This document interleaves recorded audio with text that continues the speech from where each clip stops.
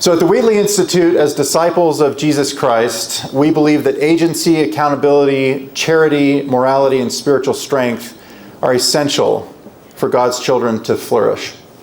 As students of history and humanity, we believe such personal virtues can be transformational transformed into civic virtue in the presence of trusted and trustworthy institutions of civil society, such as religion. Accordingly, we seek to engage students like you, scholars throughout the country, thought leaders, and public research supported work that fortifies core institutions, such as religion, the family, and constitutional government. Now, as you would expect, within the Religion Initiative, which I lead, we spend a lot of time looking at trends within religion, religious affiliation, disaffiliation, reconversion, attendance. In fact, on that note, we invite you in the coming month to look for a report that we're going to be publishing called Tides of Religion that looks at religious affiliation, disaffiliation, and reconversion. But collecting this kind of data that looks at the religious experience of Americans is a Herculean effort. Perhaps many of you have even filled out surveys where you're writing how often you attend church or what your religious experience is. And on that note, Devin is here actually to make honest people out of all of us if we've ever filled out a survey like that. And we're really grateful to have Devin here to help us understand better the religious experience throughout the United States. So let me introduce Dr. Pope.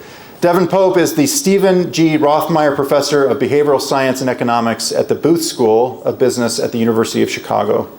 Dr. Pope is a behavioral economist that researches a variety of topics at the intersection of economics and psychology and has been widely published in many top-tier journals within economics. And I might add, that is quite a feat within the discipline of economics.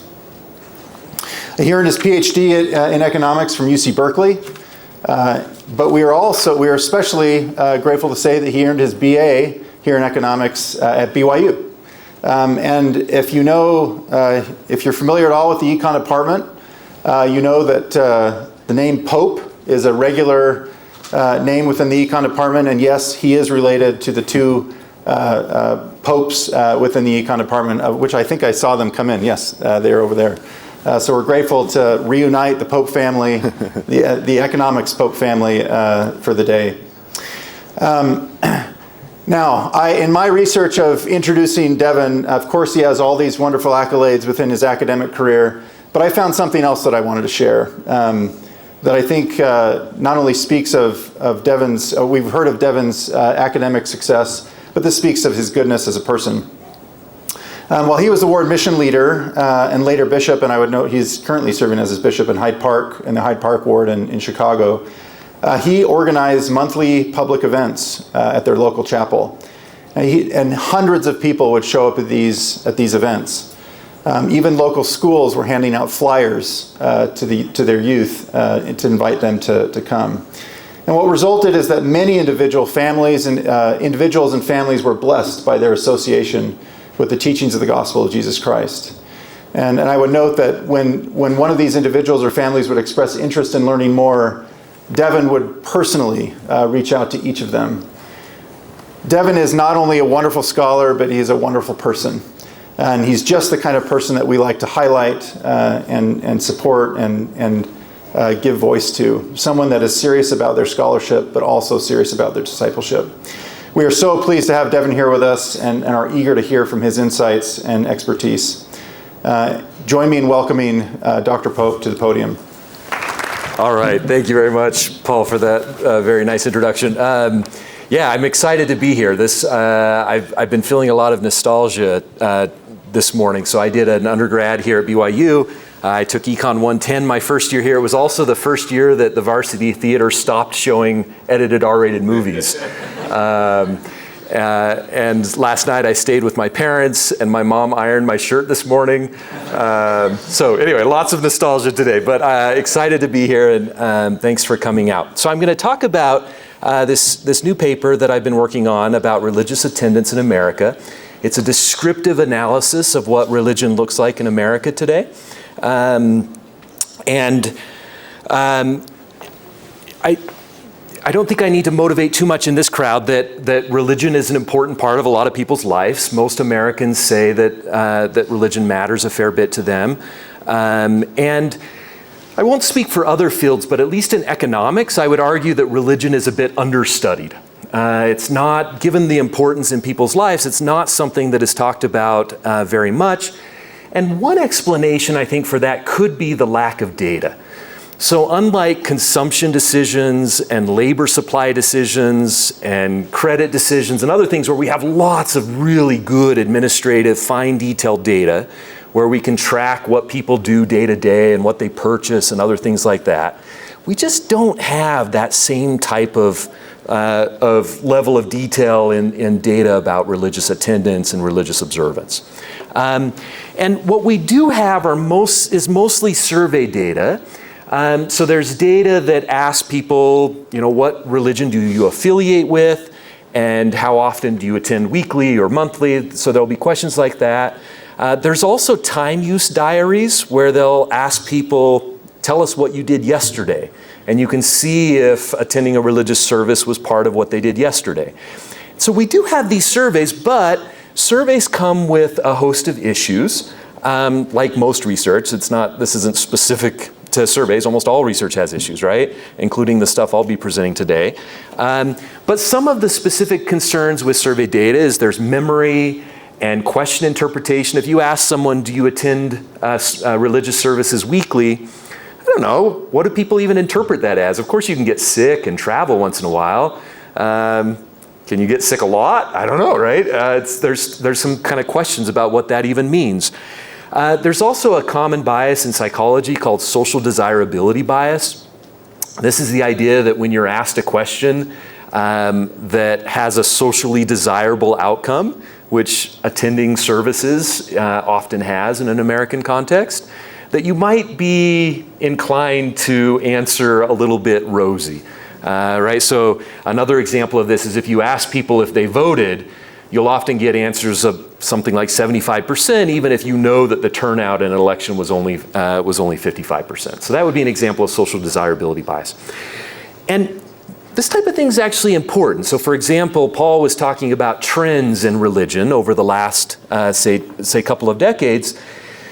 You could get something that looks like there's a trend in religious attendance, but maybe it's a trend in the amount of willingness for people to admit they don't go to church. So it could just be a change in social desirability bias instead of an actual change in attendance.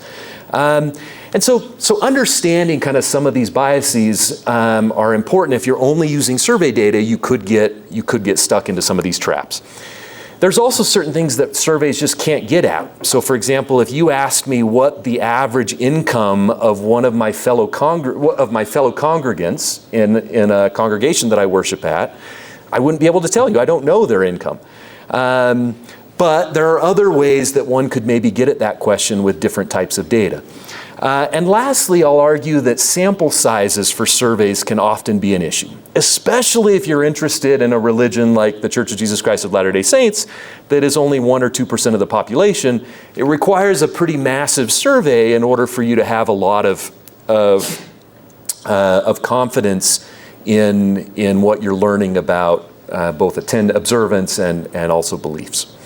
So for all of these reasons, I think it makes sense to explore other possible data options. And I'm going to talk to you about one today that's going to have its own list of limitations and issues, but is going to give us a different angle or a different view of what religious attendance looks like in America. So what I'm going to do is I'm going to look at cell phone data. So this data set comes from a large company, like a SafeGraph, Veriset type company. And what they do is they aggregate de-identified geospatial data from smartphones in the US. So if you have a smartphone and you have, for example, the weather app on your phone, and if you've allowed that app to track your location, then that app is going to sell your location data to a company like SafeGraph or something. SafeGraph is going to package that data and clean it up for different people and sell it to, for example, a hedge fund. And that hedge fund is then going to say, how many people walked into Walmart yesterday?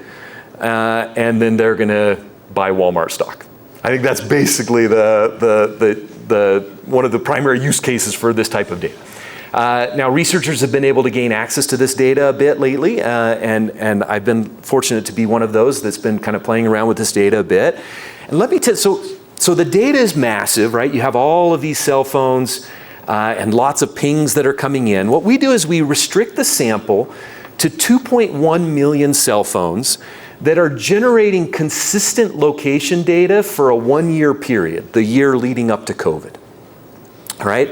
So this is actually a super important step because we need cell phones that are pinging regularly. If it's a phone that gets turned off all the time or gets lost halfway through the sample or something like that, it's not going to be very useful to us. So these are consistently pinging cell phones, and in the paper we do a lot of robustness analysis around those sample restrictions.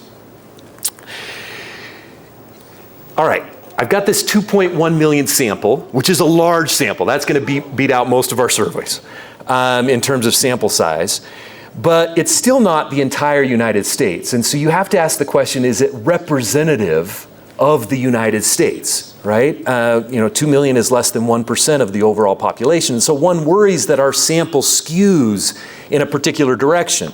For example, maybe by age, income, geography, urban density. Now, certainly we're going to have an age issue, right? Very few 3-year-olds have a smartphone that they're dragging around wherever they go. Now, surveys also don't talk to 3-year-olds too. I mean, so age is going to often be an issue. Now, it's also true that older individuals are less likely to have a cell phone, although cell phone penetration is pretty high right now, even among older populations. But you have to think about kind of some age biases, and so we think about that, try to be careful about that in the data. Let me show you, I can show you data on the representativeness of our sample on a few of these other dimensions, right? So let me show, for example, income. So we know where these cell phones reside basically at night, right? You can see where they're at most mornings at 3 a.m. And you can use the census tract, the average income in the census tract for that cell phone in that area. So we kind of know a good estimate for the income of each of the families or each of the cell phones in our sample. And so here what I'm showing you is a distribution. The blue distribution is the distribution of income for our 2.1 million cell phone sample. And then if you can see the white or the dark outline distribution, that's the overall US population.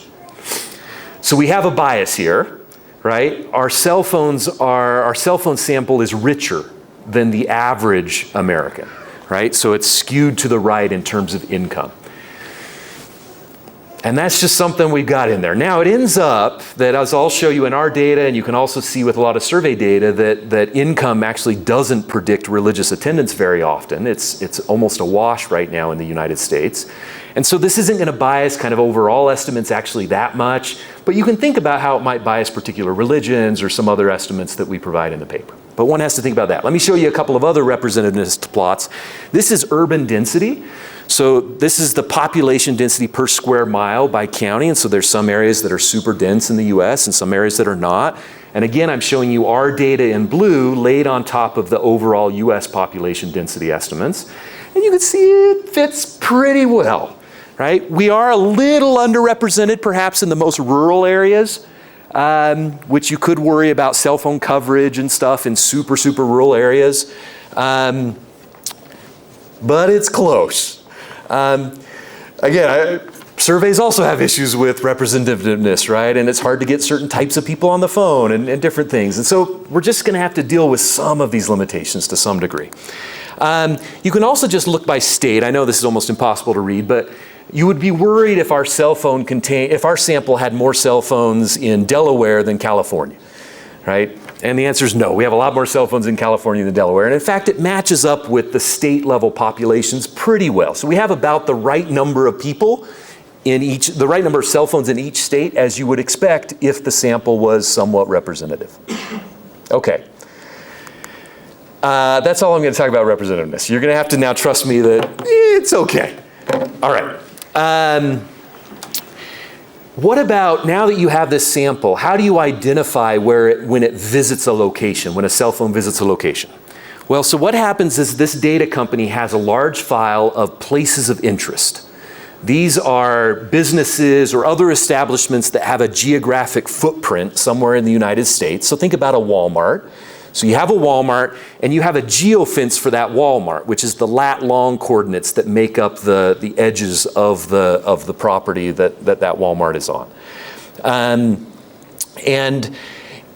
And then the company runs, they have their own machine learning. We've created our own algorithms as well, but the company actually, I think, is doing a pretty good job with this. They have like a machine learning algorithm that takes these pings that are incoming. So imagine a phone that every minute you get the lat long of that cell phone.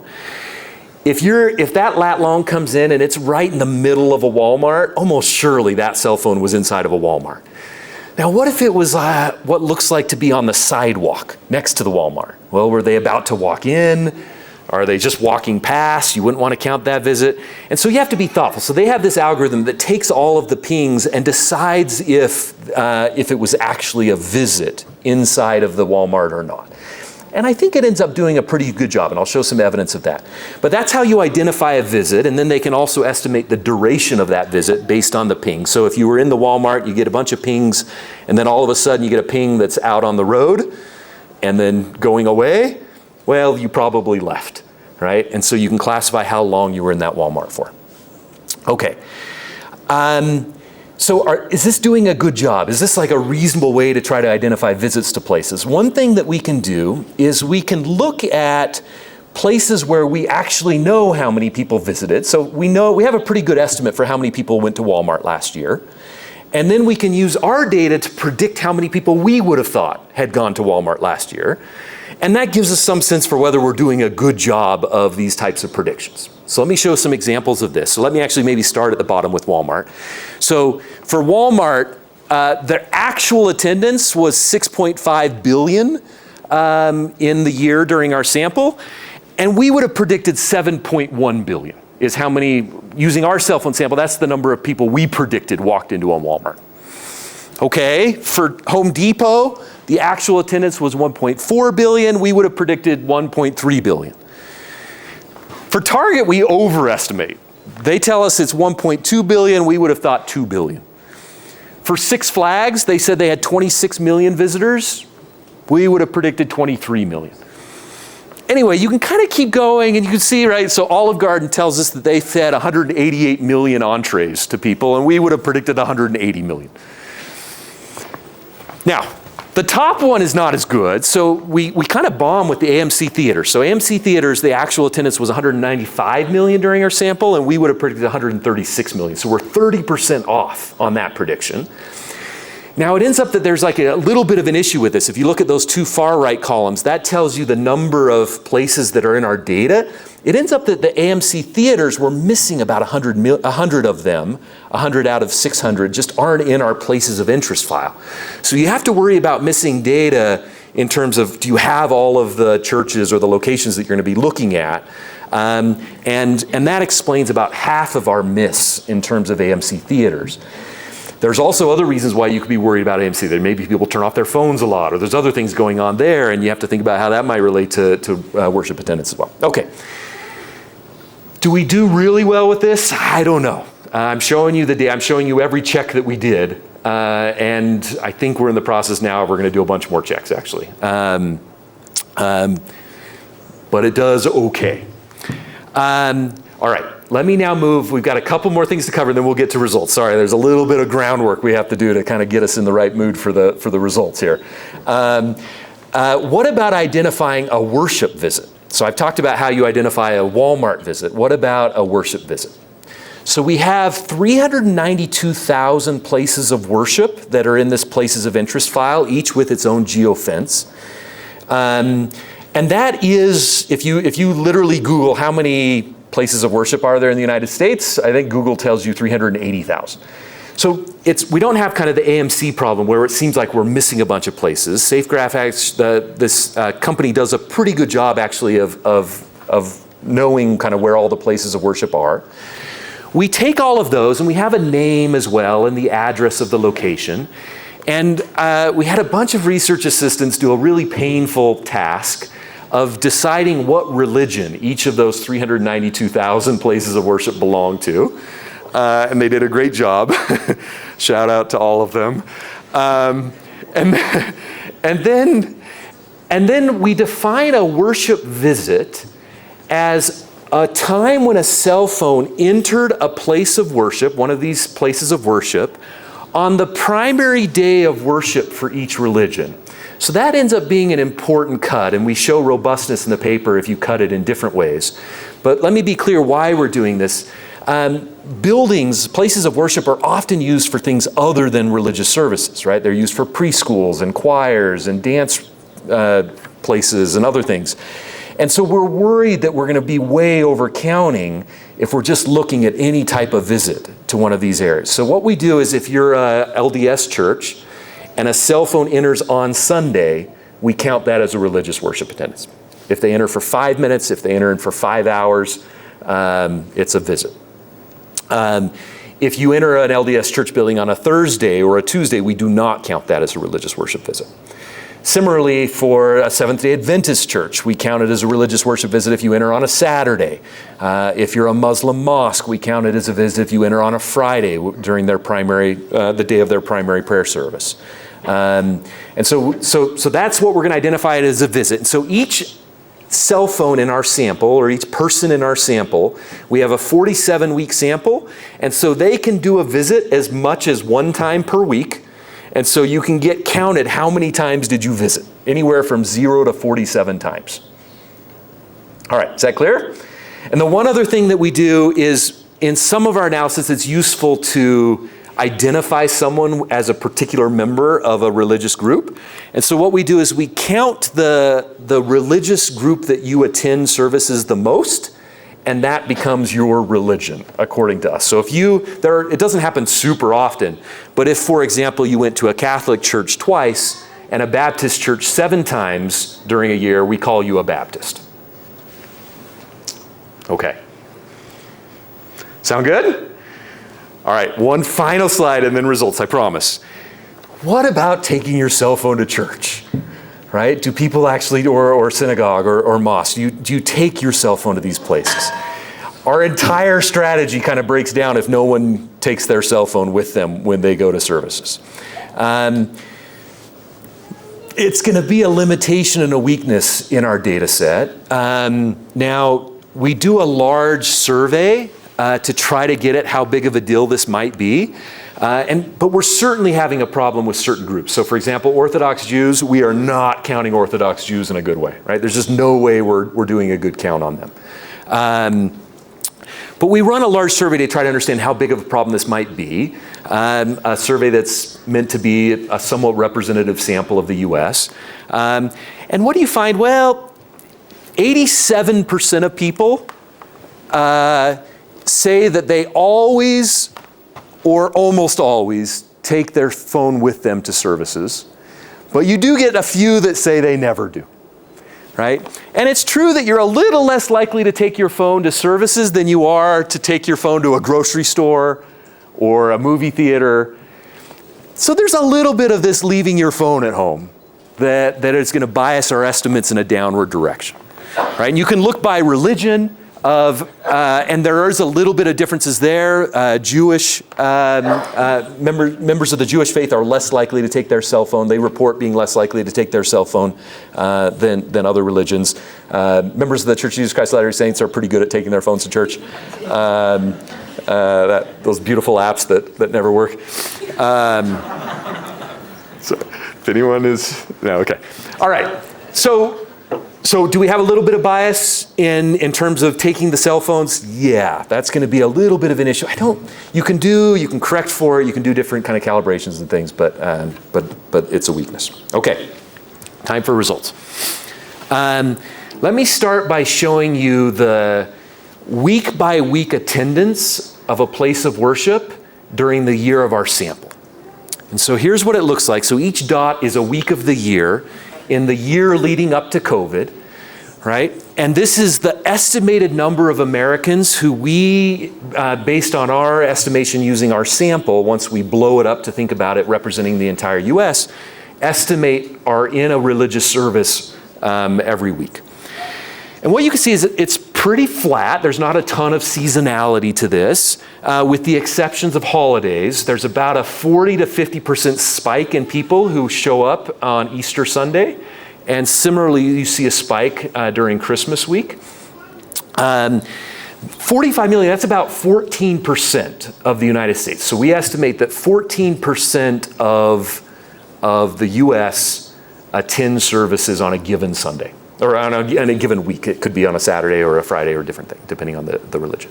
Although it's dominated by Christian churches that their primary day of worship is on Sunday. Okay, that's kind of cool. Now, you might be worried, well, that's a little bit low because of leaving your phone or different things. And so you could think about trying to adjust or different things.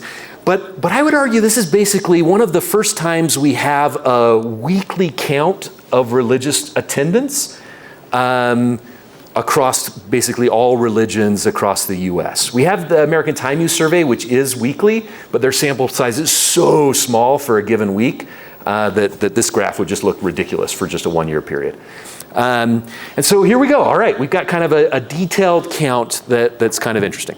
Now, one of the interesting things is because it is built on so much data, you can also start to break this down and look at different religions. So let me show you this broken down by the 8 primary religions that we're going to show. And these are the 8 largest religions, and we're using the Pew Research Religious Classification System. So we group all Protestants together into one graph. You guys are looking down here already. I should have put blockers up. So Protestants make up the vast majority of religious worship visits in the U.S. So where there's like 45 million overall Americans, about 35 to 40 million Americans are Protestant attending. Catholics have an average attendance of about 5 million each week, with very large spikes on Easter and Christmas.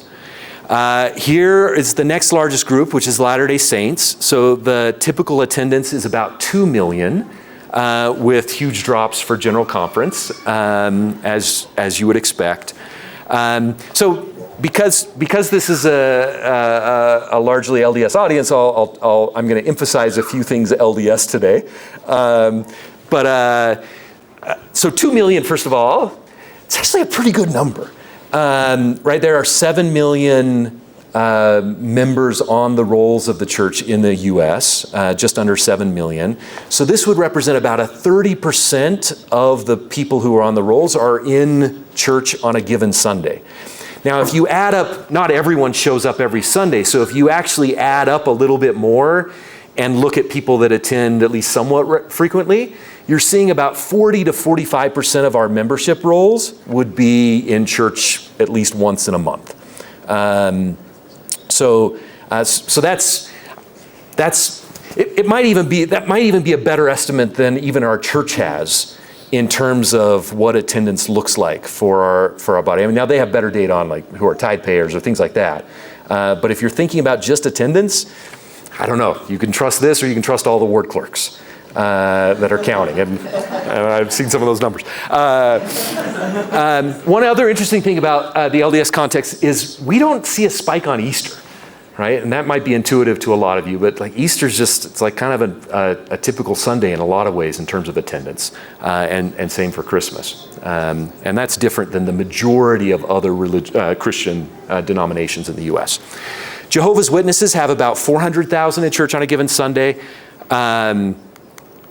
Orthodox Christians, about 200,000.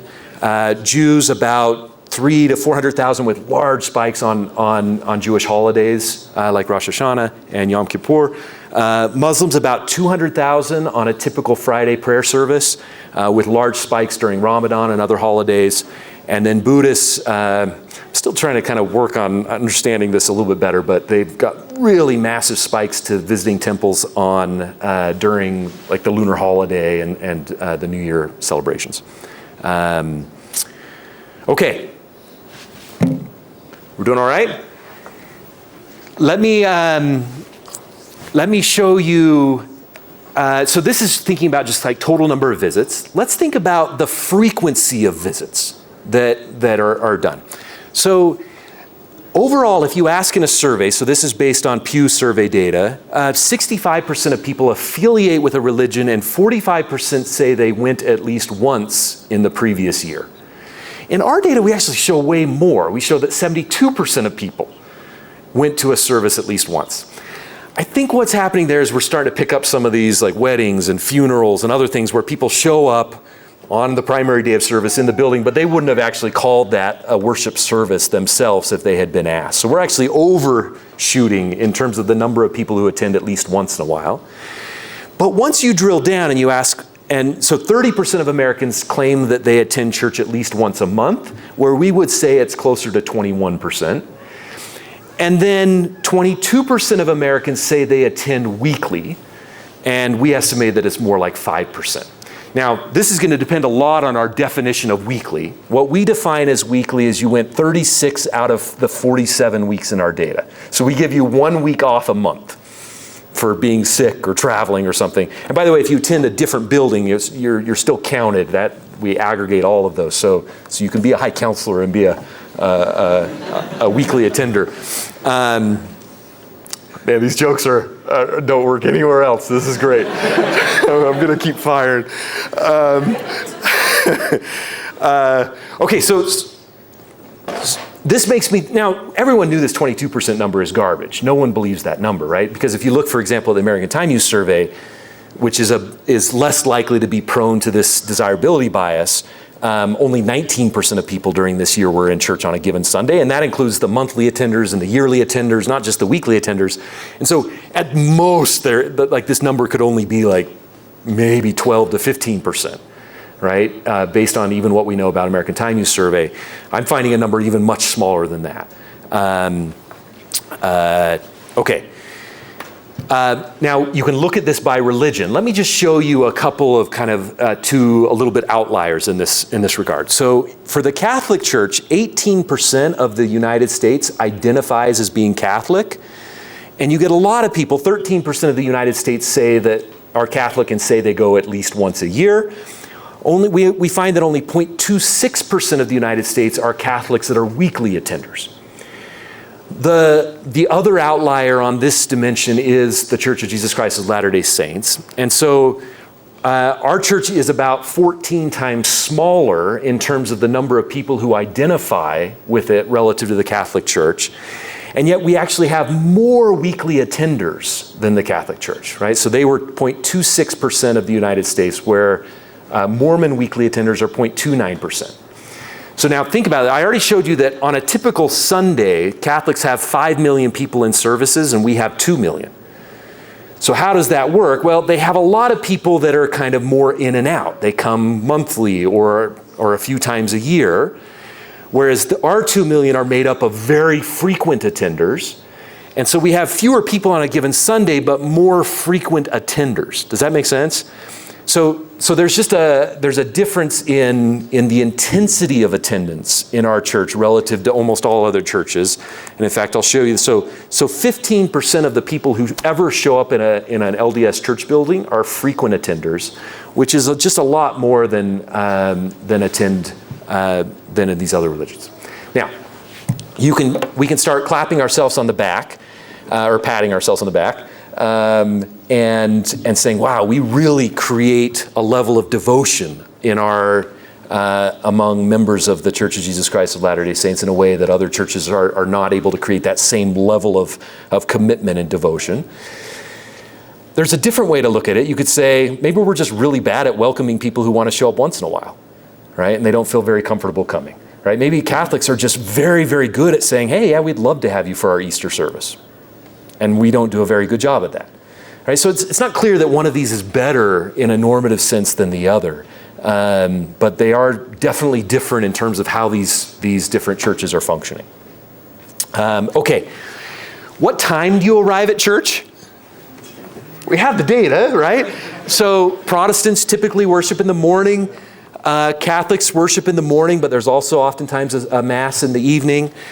Here's Latter-day Saints. There's a lot of people. The most common time to show up is in the 10 minutes right before 9 a.m. But a lot of people in the 10 minutes right after 9 a.m. And then, of course, there's kind of other services as well as if you've got multiple wards in a building. Jehovah's Witnesses are very similar to us in terms of their structure. It's a very kind of organized thing throughout the country in terms of their worship. Orthodox Christians usually worship in the morning. Jews worship in the morning or evening. Muslims, their Fridays prayer service is at 1 o'clock in the afternoon, and so you see a lot of mass coming in right then. And Buddhists tend to not have organized services. It's more you show up and you pray in the temple. And so you can see that people are entering at kind of all times of day. How long do you stay when you come? Well, the average length of attendance for a visit for Protestants is about 100 minutes, about an hour and a half. For Catholics, it's about an hour. For Mormons, it's 115 minutes, so just under 2 hours. Jehovah's Witnesses about 2 hours as well.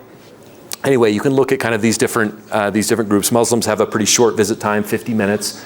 So LDS people, if you're kind of laser focused on LDS stuff, back when we had that 3 hour block, that would have been a huge outlier, right? Even now, they worship longer than as long as anyone else does.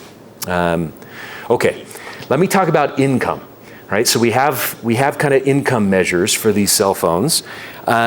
If you look across the entire sample at people who never attend a religious worship service versus people who do attend a religious service, these distributions are basically on top of each other.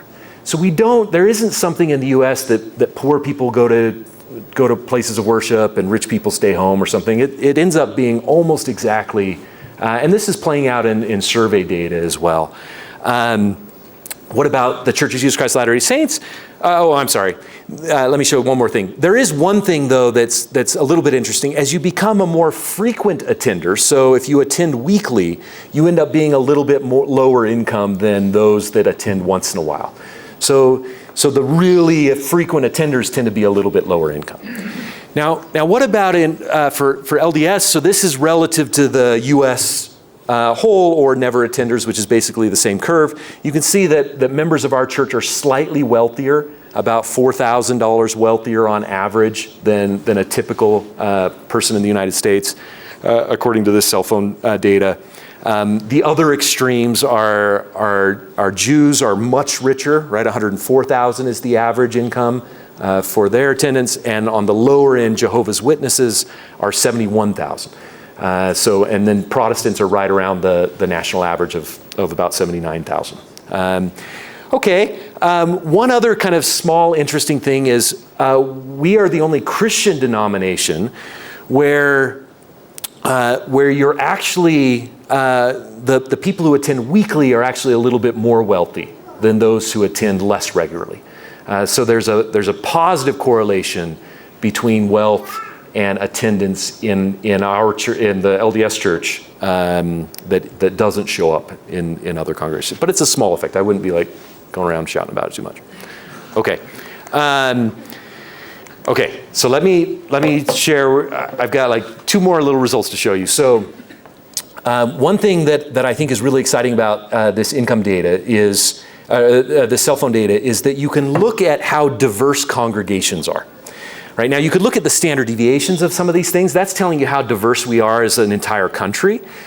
But it could be that we or whichever religion you're talking about, right? It could be that you have certain congregations that are super wealthy and other congregations that are super poor. So even though as a whole you have a lot of diversity in your religion in the US, that there actually isn't a lot of interactions, and people care about these interactions, right? If you're following like Raj Chetty's social mobility stuff or other things like that, we care about getting people together that are from different backgrounds. So what's unique about the cell phone data is you can actually look at what the level of diversity is within a congregation. So let me tell you how we do this. We take any 2 people that show up at the exact same place of worship at the same time, within like 30 minutes of each other. And we say, what is the difference in their income? So we take all possible pairs that show up at the same time. We say, what's the difference in their income? Take the absolute value of that. So think about the positive difference in their income. Take the average, and then average all of those together. And that tells us how different a random co-congregant is to each other in every religion. So if you show up to an LDS church and you look across the pew to your neighbor, what should you expect is the average income difference of that person to you? And we can tell you that answer and then compare that to what you would expect if you were in a mosque. Okay? So here's what this looks like. So the most diverse worshipers, in terms of the diversity of income in the same location at the same time, are mosques. So if you look at someone else, they on average are going to be $30,000 different in terms of family income as you. A lot of diversity in a Jewish synagogue, Orthodox Christian, Catholic, Buddhist, Protestant, Jehovah's Witness, and Latter-day Saints. So an incredible amount of homogeneity among worshipers in our congregations. Now, some of you are saying, is this a Utah thing? Right? So I prepared some special statistics just for you all. Because Utah is its own separate thing, right? There's a lot of people all together, and our congregations are geographic and everything, and so you could imagine that that's kind of driving it. If you drop Utah from the data, our number goes from 13,000 to about 15,000. If you drop the Mountain West, so you've dropped the 7 states that make up the Mountain West, you get up to 17,000. So it is true that my congregation in Chicago is probably more diverse than a typical congregation in Utah or the Mountain West. But even our congregations outside of this kind of Mountain West area are much less diverse than these other congregations of other religions. And something to be thinking about. And anyway, we could have a lot of discussion about that. All right, down to the final few minutes. I'm not going to show you maps. Let me say one final thing. So we can also look at other places people visit. And so we can do whatever we want. We can say, do members of the Church of Jesus Christ of Latter-day Saints attend Walmart or go to Walmarts or Targets or something, right? Or what restaurants do they like, right? And you could do all sorts of things like that. Now, we argue that, it doesn't necessarily make sense to do a lot of those. But there are some places that you visit that seem to have a connection to religion in some ways, like morals or something. So let me give an example of strip clubs, right? So we know if a cell phone enters a strip club in the United States, and so about 2% of cell phones do that are never attending religious worship service during our sample. People who go at least once a year are about the same in terms of their strip club attendance. Monthly attenders are less so, and weekly attenders less so. So if you're a weekly attending worship service goer, then you are less likely to go to strip club. Now these are correlational things, right? Some of this could be just driven by age dynamics and other things like this. So I'm not trying to argue that there's something causal about going to places of worship that lead to these characteristics, but it's kind of interesting to see the correlations. And you can look by religion as well.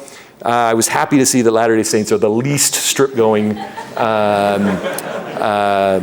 religious group in the United States. So congratulations. It's also very hard to find a strip club in Provo, I hear, but that's great. Okay, perfect. People also go to church when it's warmer. Okay, so let me conclude that I think cell phone data offers a new way of thinking about kind of seeing what church attendance looks like, church and other places of worship attendance looks like in the United States. It complements survey data. It has limitations. I don't want to oversell. I've got lots of people yelling at me at different places, and I don't want to oversell that there are some limitations, and it's really hard to test some of the limitations as well. But I think we can get at certain things in a way that's kind of fun, and it's a nice complement for survey data. And specifically, I think this is the first time we actually have a week-by-week estimate of religious attendance at a large level across all religions. And the hope is that as we continue to come up with novel ways of thinking about measuring religious observance and religious attendance, that we can then start to use some of that descriptive analysis to answer some of the more interesting causal questions that we might have, such as what causes people to want to go to a place of worship in a given week, or what causes people to be religious, or what does religion cause in terms of changes in behavior or attitudes. All right, thank you.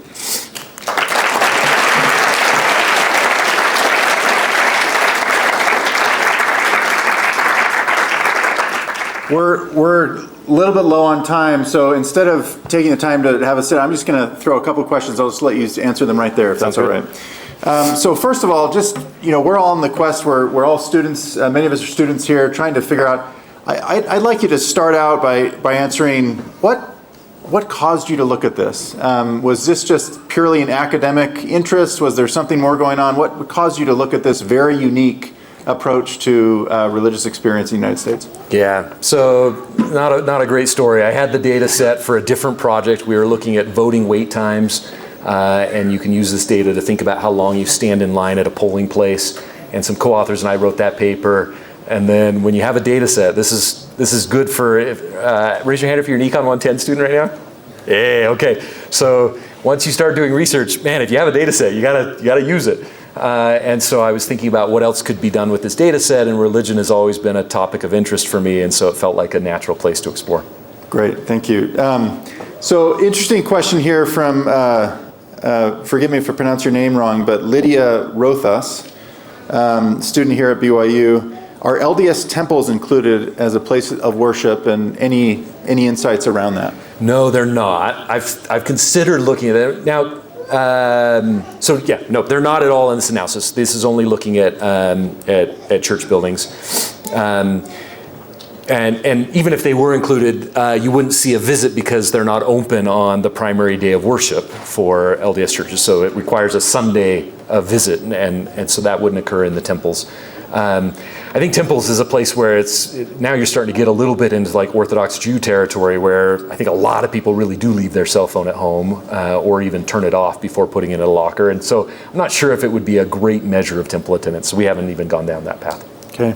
Final question here, Devin. As a person of faith and a scholar, as you reviewed this data, as you looked through it, I mean, you know it so well.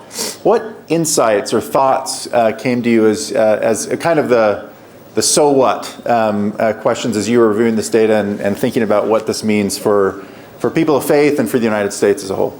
Yeah, good question. I don't know. I'm still trying to figure out what this data is useful for too, to be honest. I'm hoping it turns into other questions that we can explore.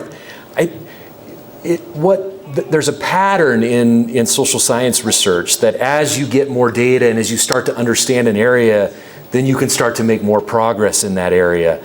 And I think kind of understanding some basic descriptive statistics, so for example, the fact that LDS congregations are very homogeneous, is something that's kind of interesting and worthy of thinking. In fact, so for example, I grew up thinking that the reason why we do this geographic ward division model is because it allows for people, you can't ward shop and you end up with all the rich people in one place and the poor people in one place. It ends up people house shop, right? And so you do get a lot of segregation by income in geographic areas. And so if you're just using those geographies, you might end up getting a lot of segregation in your geographic model of ward building. And so I think there's things like that can be useful, and you can gain insight, and then you have to kind of go explore more what are some of the policy implications meaning what are some of the religious implications that a church might feel about that. But yeah, overall, we hear a lot about the decline of religion in the US and the world more broadly. And I think that's certainly the case, and we could talk more about kind of what data there is for that. There's still a lot of people that are showing up at 8:58 on a lot of Sunday mornings, and a lot of people showing up at 12:58 in a mosque on a Friday afternoon to worship all together, and I think that's kind of cool. Join me in thanking Dr. Pope for his visit today in the country.